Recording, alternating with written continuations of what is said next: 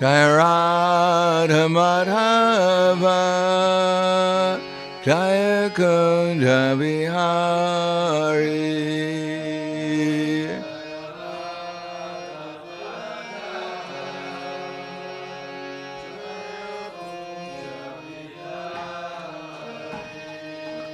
Jaya Radha Madhava Jaya Kunja Vihari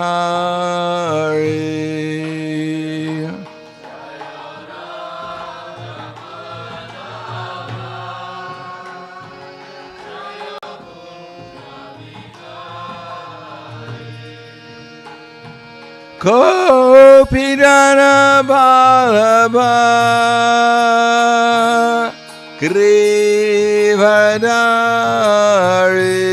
Grivadari Jaya Grivadari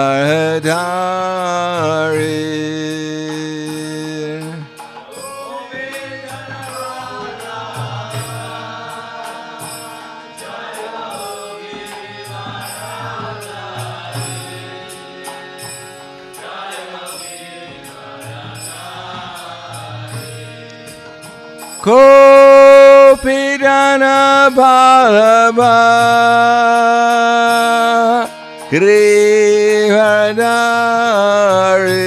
Grivadari Jaya Grivadari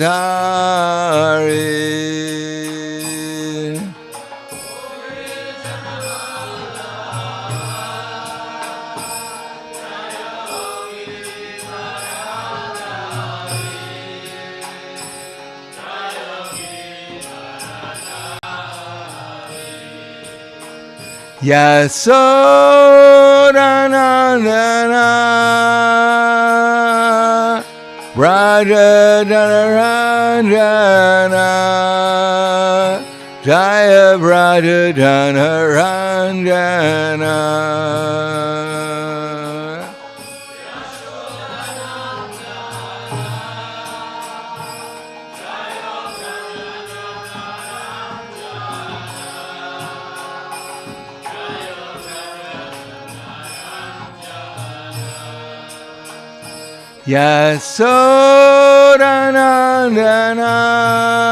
Yasodanandana Raja Dhanaranjana Jaya Braja Dhanaranjana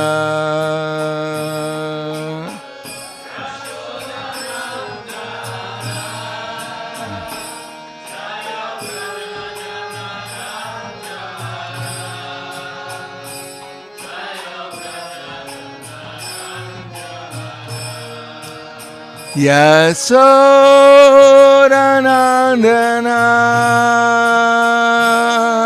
Raja Dhanaranjana Jaya Braja Dhanaranjana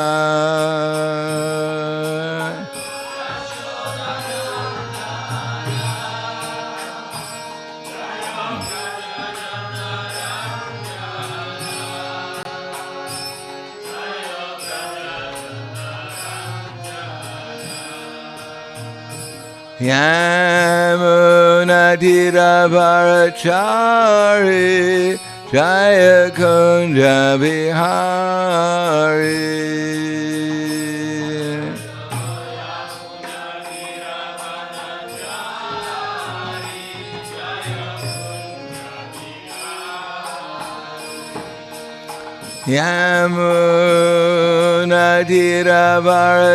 Yamunadiravarachari Jaya Kunja Vihari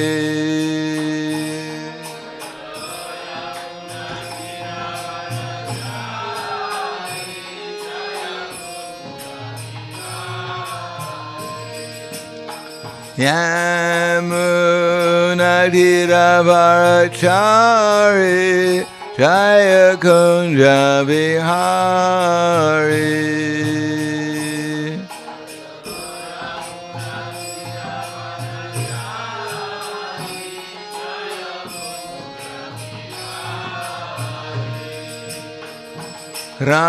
Radha Madhava Jaya Kunja Bihari.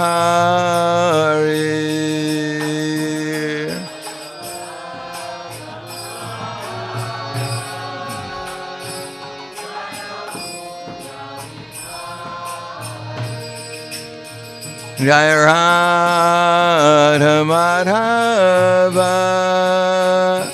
Jaya Kunja Bihari.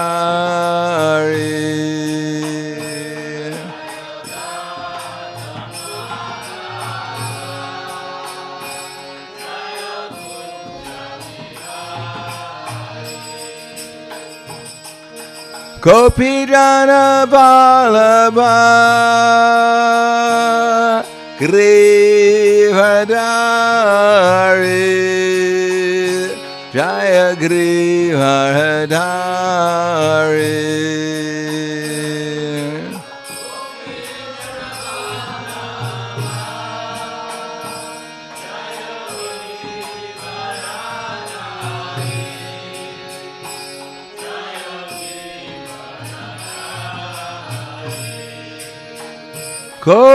Gopijana Vallabha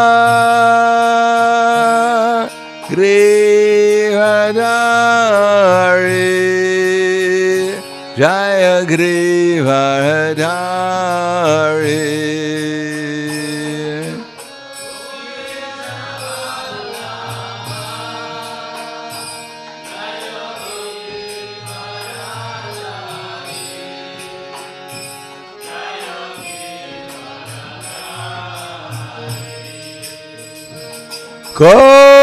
Gopijana Vallabha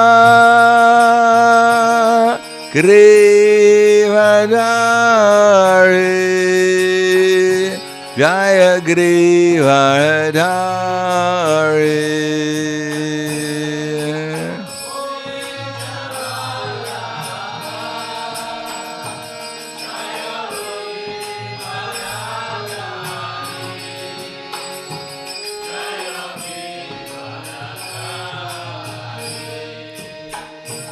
Yasodanandana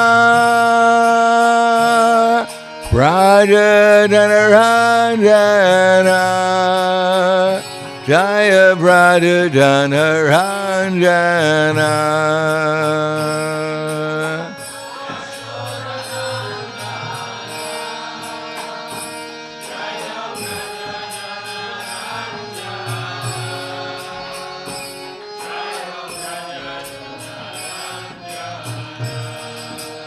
Yasodanandana Brajadanaranjana Jaya Brajadanaranjana.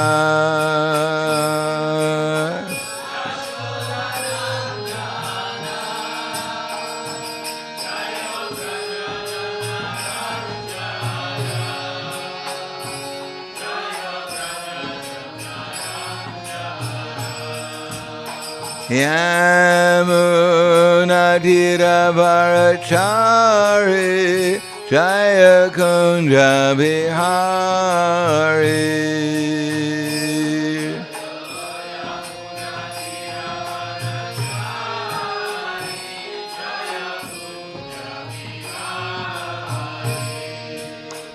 Yamunadiravarachari Jaya Kunja Bihari.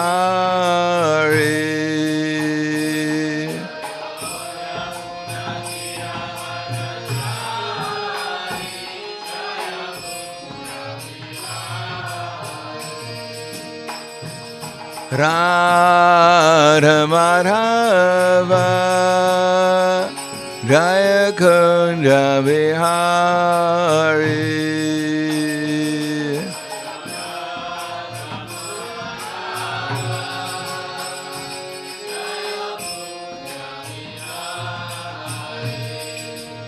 Jaya Radha Madhava Jaya Kunja Bihari.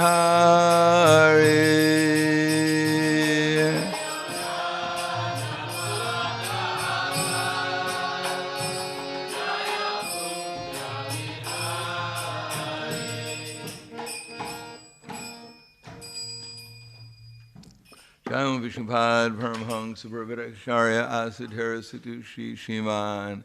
His Divine Grace Shalasi Bhaktivedanta Swami Raj Srila Prabhupada Ki Jai. Gaur Premanande Haribo Slava Zabrani Bhakta Slava Shri Guru Shri Gurangi. Om Vishnu Vidaya Krishna Prasthaya Bhute Srimate Bhaktivedanta Swami Tenamane Namaste Saraswatundeve Gauravani Vicharane Nirvishesha Srinivadi Paskadyade Siddharane. Om Agana Tivarandasya Gananjana Salakaya Chaksur Militam Yena Tasmai Shri Guruve Namaha Shri Chaitanya Manobhishtam Stapitam Yena Bhutale Swayam Rupa Gadamaham Tadati Swapadantikam Vandeham Shri Guru Shri Utapadakamalam Shri Guru Vaishnavam Cha Shri Rupam Sagrajatam Sahagana Raghunatam Vitam Tam Sajivam Sadvaitam Savadutam Vrijana Saitam Krishna Chaitanya Devam Shri Radha Krishna Padan Sahagana Lalita Shiva Sakans Vitams Cha Hey Krishna Karna Sindho Dinabandho Jagatpate Gopesha Gopika Kanta Radha Kanta Namostute Tapta Kanshena Gorangi Radhe Vrindavaneshwari Prishuvana Siddhadevi Pranamami Hari Priye Panchakapa Trivyascha Kripa Sindhu Vyevacha Patitanam Bhavanebhyo Vaishnavebhyo Namo Namaha Shri Krishna Chaitanya Pranitinanda Shri Advaita Gadadhar Srivasadi Gaura Bhaktavrinda Hare Krishna Krishna Krishna Hare Hare Hare Rama Rama Rama Hare Hare Om Namo Bhagavate Vasudevaya Om Namo Bhagavate Vasudevaya Om Namo Bhagavate Vasudevaya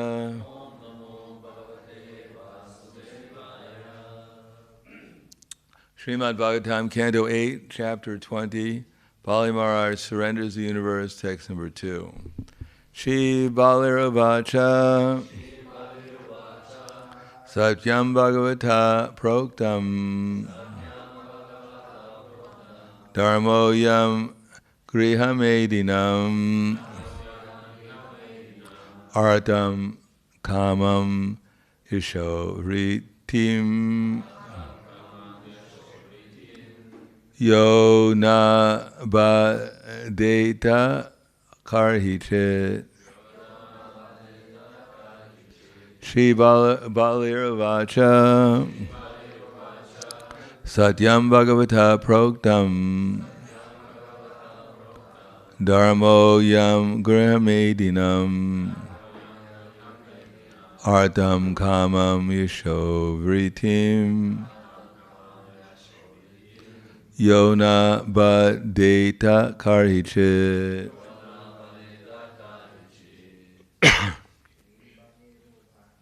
Shri Baliravacha So Proktam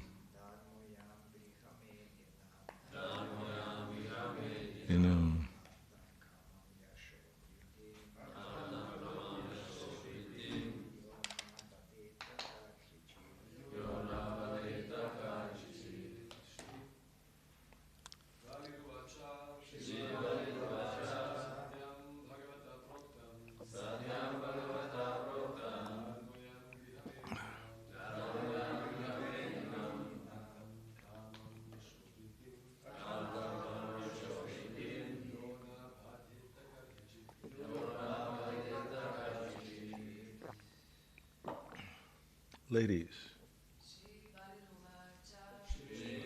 Vacha Satyam Bhagavata Proktam Dharmoyam Grihamedinam Arta Kamam Yashoritim Yona Badita Karhichit Shri Balir Uvacha. Bali Maharaj said, Satyam, it is truth. Bhagavata, by your greatness. Proktam, what has already been spoken. Dharmam, a religious principle. Ayam, that is. Grihamedinam, especially for the householders. Ardham, economic development. Kamam, sense gratification. Yashavritim, reputation and means of livelihood. Yaha, which religious principle? Na, not. Badeta, hinders. Karhichit, at any time. Translation and purport by His Divine Grace, A.C. Bhaktivedanta Swami Srila Prabhupada. Bali Maharaj said, as you have already stated, the principal religion that does not hinder one's economic development, sense gratification, fame and means of livelihood is the real occupational duty of the householder. I also think that this religious principle is correct. Purport.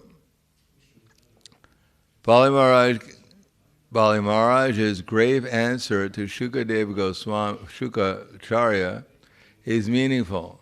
Shukracharya stressed that one's material means of livelihood and one's material reputation, sense gratification, and economic development must continue properly.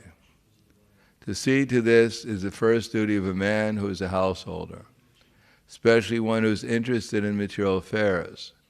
If a religious principle does not affect one's material condition, it is to be accepted.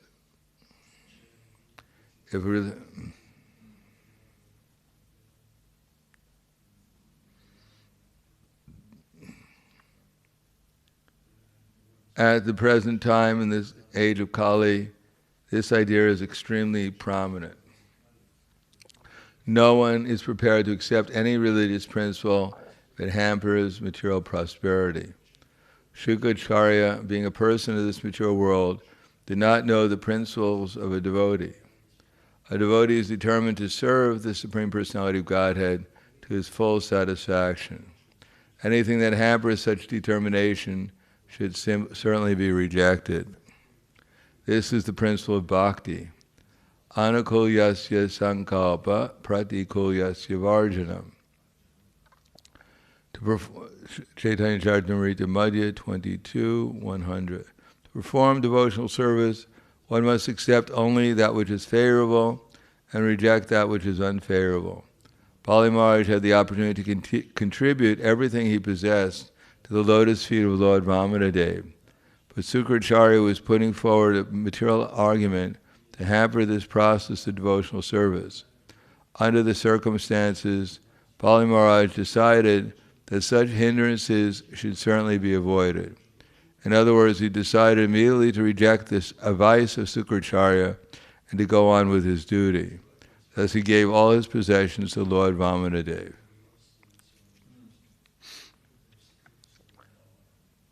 Shri Valiravacha Satyam Bhagavata Proktam Dharmo Yam Grihamedinam Aratam Kamam Yashovritim Yona Badeta Karhichit. Bali Maharaj said, as you have already stated, the principal religion that does not hinder one's economic development, sense gratification, fame and means of livelihood is the real occupational duty of the householder. I also think that this religious principle is correct.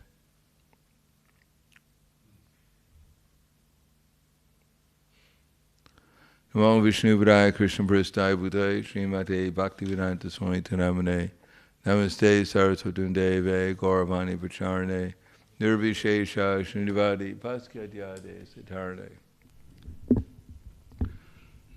Rather incomplete answer because we're only reading one verse.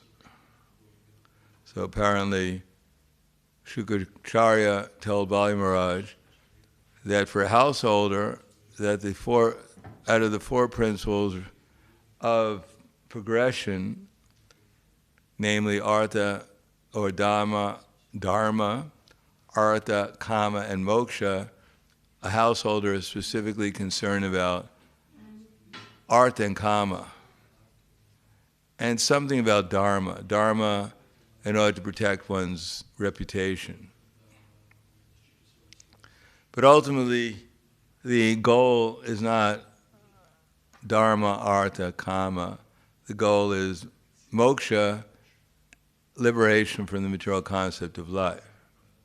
And that cannot be achieved if one is simply interested in economic prosperity. Then one has missed the whole point of dharma. Dharma is to teach one the ultimate dharma. Sarva dharman parityajya, mamekam sharanam vraja, ahang tvang sarvapapebhyo, mokshisyami masuchaha. That the ultimate dharma is to fix the mind on Krishna. Take shelter of Krishna. Not fix the mind upon Krishna like a yogi trying to meditate upon Krishna, but to fix one's mind upon Krishna by becoming Krishna's servant.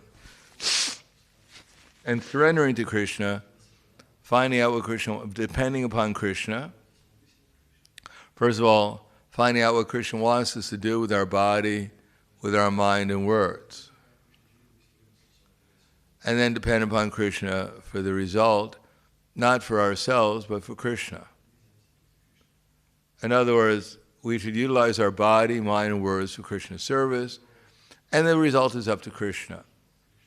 Because ultimately Krishna is the enjoyer, and Krishna has only one objective in this world, to bring people back to the spiritual world. So it's up to him, because he makes the final decision anyhow, who goes back to the spiritual world. Now, for those who are not interested in associating with Krishna and with pure devotional service represented by Srimati Radharani, then they want to associate with material energy in different phases. In other words, our body is an association that actually impedes our consciousness so that we're not Krishna conscious. The body, when we meditate on it, and our minds, when we try to fulfill its desires, then ultimately we associate with the result, that's all. Now, it's not that we don't utilize the body or the mind or the words. We utilize them, but if we utilize them in such a way as it helps us remember Krishna in devotion and become inspired to perform service to Krishna for his mission, then that's called spiritual. That means this is the ultimate moksha. Moksha is included in pure devotional service. Anya bilasita shunyam jnana karma dadavritam. And anything besides that, in other words, as I've explained before, the whole society has been created simply for sense gratification. And that even religious principles, as it says in the Bhagavatam, dharmak prayodita kaitava tra nimana matsaranam satam. Dharma prayodita kaitava tra nimatsaranam satam. That the so-called religious principles aimed at sense gratification or economic development or even moksha or liberation from the material concept of life without Krishna consciousness are rejected in the Bhagavatam. So Shukadeva Goswami is appearing here, Shukracharya is appearing here in the Bhagavatam just to show us what we're not supposed to do. He's the very essence of what the Bhagavatam is rejecting. Because it's subtle. One could be a sinful person, engaged in so many different sinful activities, and for a person who's not so sinful, it's obvious. But when a person becomes pious, up to the point of giving good information how to maintain one's sense gratification in the material world, then naturally he's considered to be something desirable, or something laudable, appreciable, because although he's not talking about the ultimate benefit, he's talking about some kind of benefit that's tangible, even that we can experience now. And most people, they're not interested in the ultimate benefit of going back to the spiritual world, because they have no idea what the spiritual world is. One who's absorbed in sense gratification can hardly understand that they're not their body. What to speak of the fact that there's a spiritual world? We can't even understand what's right before ourselves. What to speak of something which is completely beyond ourselves. Therefore, one becomes naturally attracted to some temporary allurement. Yam imam pushpitam vacham pravavanya vipassita vedavatarata parata nanyam astiti vadinam karmatmaka swargapura janma karma pralapradam kriya vishesha baulam bhagaishvaragatim prati. Those who are yam imam pushpita, those who are attracted to the flowery language of the Vedas, which recommend various fruitive activities for elevation to the heavenly planets, power and so forth, being desirous of such sense gratification, they say that there's nothing beyond this. So the Vedas, they allure us, you can be happy here. You're worried about getting enough money? Well, we can tell you how you can get money. You want a nice wife or a husband? We can give you the formula. You want to be healthy, happy, prosperous in the material world? We can give you the formula. And you can actually, if one follows the Vedic culture properly, one can actually see the tangible effect. Of course, one has to give up all the things that are impeding our formula, like association with worldly-minded people, association with the economic system, which is based on sinful activity, etc., etc. So in this age, people are not inclined to give up what they appear to be normal, quote, normal. It's all normal. We're living in a normal society, and we don't want to be abnormal. And besides that, we don't see the animals being killed or all the sinful activities that are going on. We just get the result. And it's washed first. And it's put in a nice package, and it's put a little ribbon on it. So how could it be bad? There's a nice picture of a nice cute cat on it. It couldn't be so bad. So people are unaware of actually what's moving the society that we're living in, and what's the aim of the society.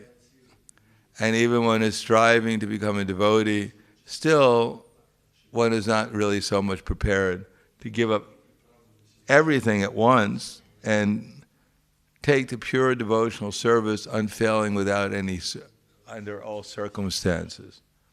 Therefore, devotional service has to be regulated, sadhana bhakti. And for the ordinary person, they're not going to give up anything. They think it's nice. They want more of it. They don't want less. Their only concern is that the supply may be cut. They think that's the worst thing that could happen, that their supply of sense gratification could be cut off, and therefore the whole economic system, which is based on sinful activities, is just using up everyone's pious activity, that's all. It's just like you can only have so much in the bank. If you keep on withdrawing, then eventually you have nothing left. And when you go to withdraw, then there's nothing there to withdraw. So the whole economic system based upon so-called, adharma, which produces not artha, but sinful activities, and produces sinful reactions. No matter how much they manipulate the currency, and how much they manipulate the propaganda, eventually it runs out. And people have to get the reactions, which means poverty, disease, war, pestilence. So that's what we're seeing now. And people don't wake up so easily. they all blame it on some other group. This party or that party is the cause, and we have the solution. Elect us. But when they get in office, they also try to avoid the obvious, cover it over, because otherwise they'll be blamed for the decades and centuries of sinful activity, the reactions that are coming. So they try to cover it over a little bit more, but when there's no more money in the bank, when everything gets bankrupt, they can't do it anymore. And it's like musical chairs. You know musical chairs? They have to play the music. There's 10 people and there's 9 chairs, and they go around the circle. When the music stops, everyone has to find a chair. But there's only 9, there's 10 people, so someone gets left out. So when the music stops, not everyone's going to have a chair. Then they'll blame someone. Why don't I have a chair? It's your fault. Well, there's musical chairs. Therefore, Bali Maharaj is not going to accept Sukracharya's conception that actually the problem is we have to make sure that we perform just the right type of pious activity, that our reputation is maintained, and that ultimately we get all our economic development, we get all the things that are necessary. Of course, in their culture it was nice land and nice cows and the sacrifices going on to make sure you keep on getting nice land and cows for good food, fresh air, fresh water. So they actually had some conception of dharma up to the limit of material prosperity. Household life is compared to usually the Vaishyas. And why? So we can eat nicely. Like Chaitanya Mahaprabhu's, Raghunath Das Goswami's uncle, Hiranyamaju Dara, and Govardhan Mujab Dara, his father, they were very pious. They gave charity to all the Brahmins. And in fact, in Bengal, practically the Brahmins were being maintained by these 2 tax collectors. And Raghunath Das Goswami had a wife who's just like an angel, and he was a multimillionaire. He had everything that he needed for his sense gratification. But when he got to Jagannath Puri, Chaitanya Mahaprabhu was not so much impressed by Raghunath Das Goswami's material opulence. He compared it to a place where a hole where people pass stool. He was not so much appreciative of his glorious material situation. And he joked with Raghunath Das Goswami that your uncle and father, they're actually very pious people. They're known to be great devotees, and indeed they were devotees, but they were prakrita bhaktas, materialistic devotees. Their first concern was their sense gratification. And for that reason, they stopped Raghunath Das Goswami from going to meet Chaitanya Mahaprabhu.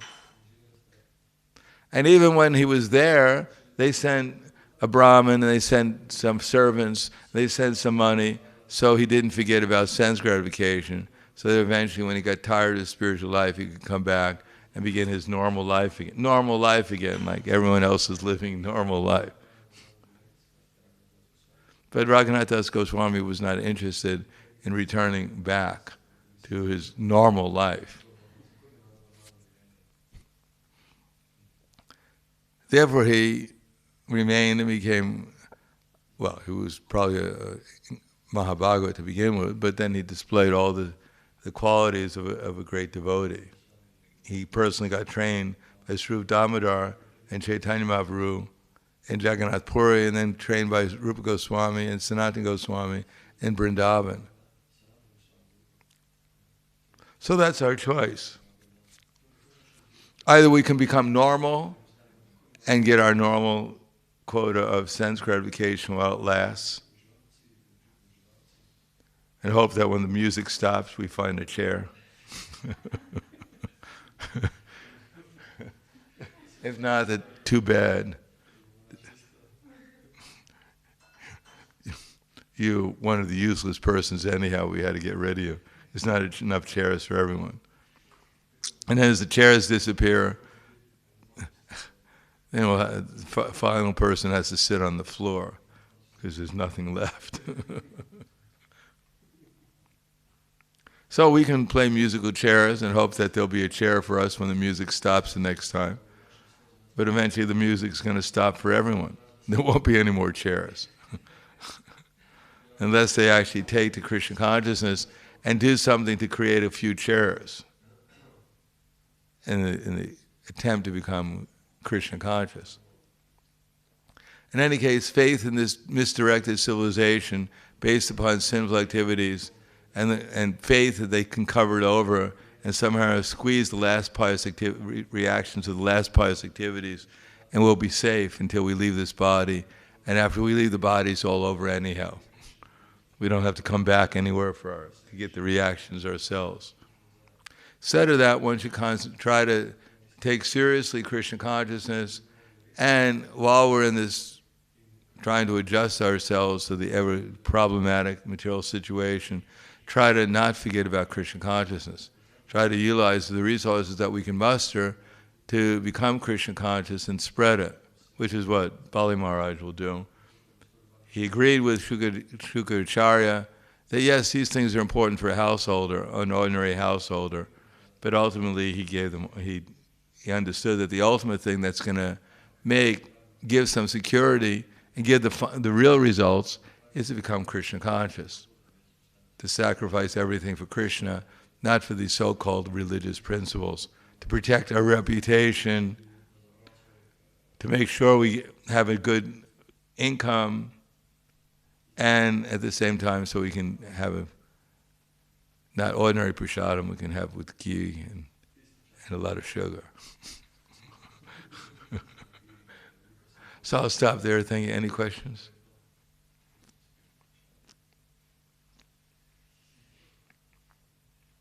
Yes.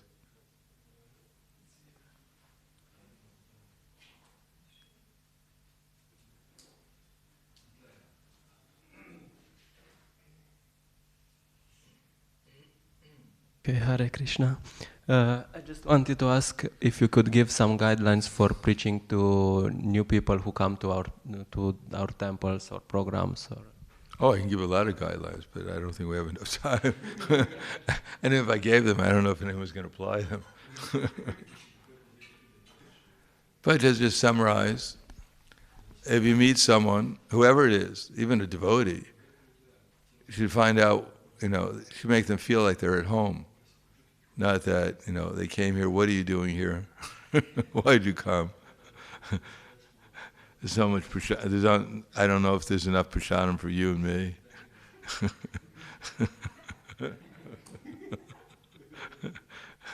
You're wasting my time. No, you should make them feel, that they're welcome. That even the Vedic culture, even the enemy comes, you make them feel welcome. That you're happy that they're here. You give them some water, some prasadam, nice food. You give them at least some water or some nice words, something, even your enemy. What to speak of a person coming to discover Krishna consciousness. So you make them feel at home, that they're welcome, that you're happy that they're there. Part of the success for the Christian communities is that they learn that process. That when people first come, they drive in for the first time, that they give them the best parking space. The people who greet them are smiling, they're happy, make sure people know that they're happy, someone's happy that they're there, they're greeted nicely. And they come up after getting out of the car, people show them where to go. And when they arrive at the door, there's people to greet them of their same age group. If they're householders, there's householders to greet them. If they're single, there's single people to greet them. They know that there's some people similar to them. They're not a black person walking to a Ku Klux Klan meeting. There's other people like them there that actually they can relate to. And when the topic of the presentation has some value to them. they're talking about what they can do, what their situation is there, and how they can utilize their talents in a productive way. Not only preaching to them, telling them information, but ultimately, even for newcomers, encouraging them that they have a place here to utilize their energies in a productive way that will give them value, and what that value will be, and what they're expected in order to get that value. So those 5 things, people should feel that they belong, that there are other people like them, that they can use their resources and talents, their ideas here in a productive way, and they know what they're obliged to do and what they're going to get in return. And it's all given at the beginning, not that you make them feel good, but you don't tell them what we're doing. You're afraid, if I tell them you're going to have to chant Hare Krishna. I mean, after some time, people should know we are the Hare Krishna movement. 3 years later, I say, what's this name of this movement? Hare Krishna. Oh, wow. What am I doing here?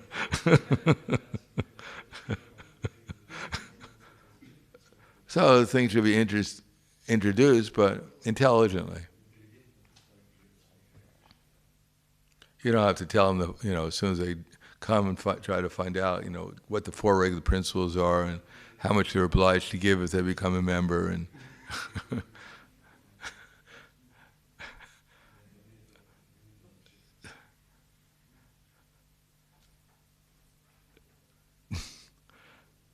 I mean, the devotees used to do that. Someone would come, some student would walk in, and you ever think of becoming a brahmachari? Lifetime brahmachari. What's a brahmachari?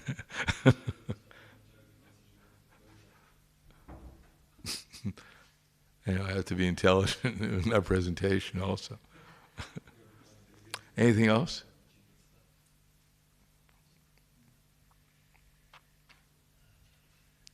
Okay. Grantaraj, Srimad Bhagavatam, Ki Jai. Srila Prabhupada, Ki Jai. Gaur Premanande.